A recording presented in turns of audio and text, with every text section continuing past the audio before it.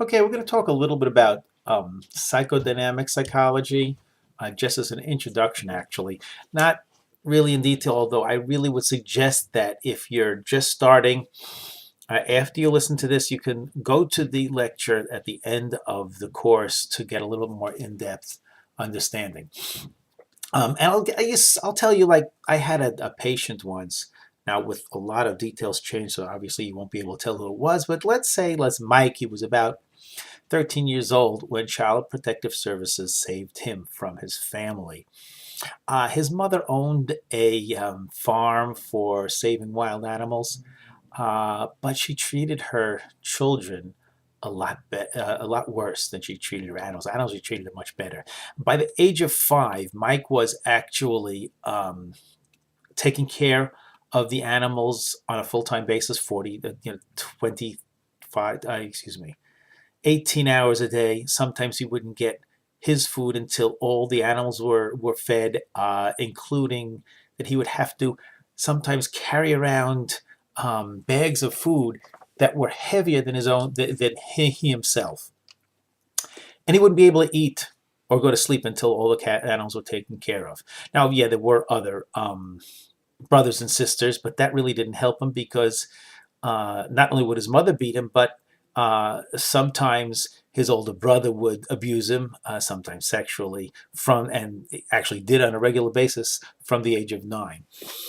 Well, by the time I saw him, of course, he was convinced that he was possessed by devils, in particular his head and his left arm, which sometimes forced him to do things he did not want to do.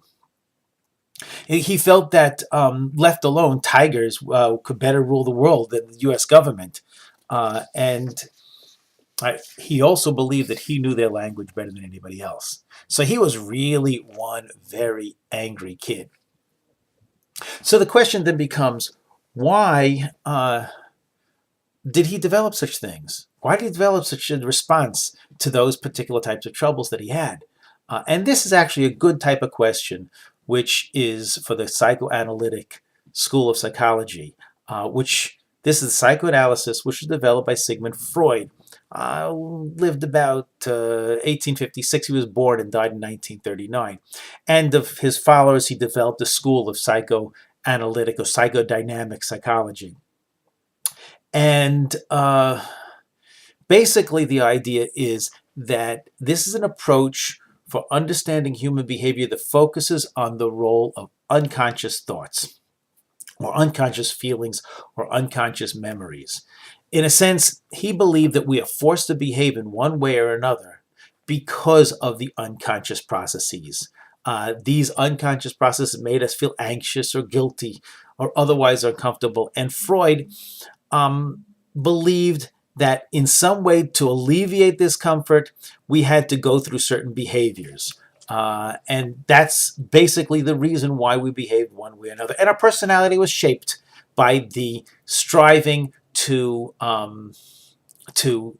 avoid the discomfort that is engendered by these unconscious thoughts and behaviors. Now, Freud was not a research scientist. He did not actually do any experiments, neither did any of his followers. He developed his concept of psychology and the processes of personality through extensive psychoanalysis by extensive treatment of his patients.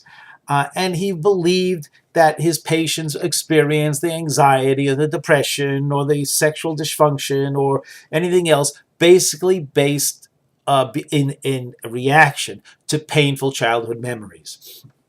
And it means that something that they actually could no longer remember without a lot of work. And that's what the analysis was, in order to uncover those unconscious memories.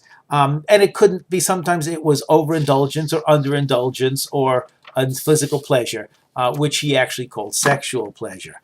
Now, the founders of psychoanalysis, as I said, were practitioners who worked with individuals and helped those individual patients confront their psychological symptoms.